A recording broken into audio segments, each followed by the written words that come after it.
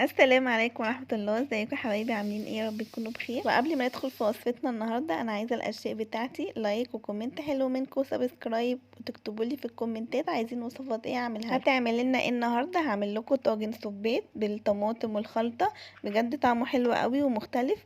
انا اكلته مره في مطعم فضلت ورا الوصفه لحد ما جبت طعمها بالظبط، ويمكن احسن كمان. اول حاجه كده انا جبت السبيت، والراجل الصراحه نضفولي كويس جدا. وقطعهولي، فصلته كده نصين، وكان فيه على السبيته كده طبقه شفافه. هي مش جيلاتين بس طبقه شفافه، انت لازم تشيليها كويس جدا. هي بتتشيل بكل سهوله. وغسلته بميه وملح وقطعته بالطريقه دي. انا بحب بقى اقطعه شرايط كده طويله، انت ممكن تقطعيه مكعبات صغيره او قطع صغيره على حسب ما انت عايزه. انا قطعت الكميه بقى اللي انا عايزاها، وكان عندي جبت بقى طبق فيه ميه وملح وحطيت فيه اللي انا اغسله.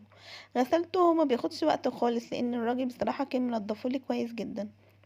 وانا طبعا عدت عليه. بقى مفاجاه في الفيديو اللي بعد الجاي، انا جبتها مع السبيت، بجد انا كان نفسي فيها قوي وكنت بدور عليها واخيرا لقيتها.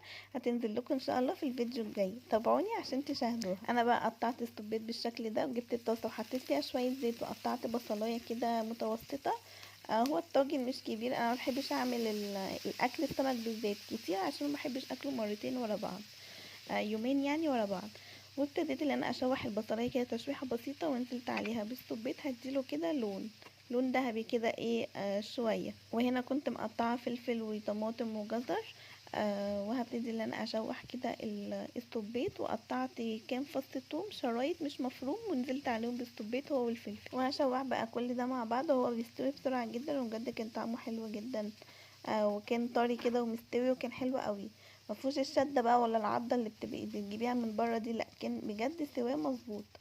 هبتدي بقى ان انا اشوح كل ده مع بعض. بصوا السبيت ابتدى ياخد لون كده ذهبي، حلو، مش ذهبي قوي بس ابتدى اللي هو ياخد لون، هو ده اللون اللي انا عايزاه. هنزل عليه بقى بالطماطمايه اللي انا قطعتها.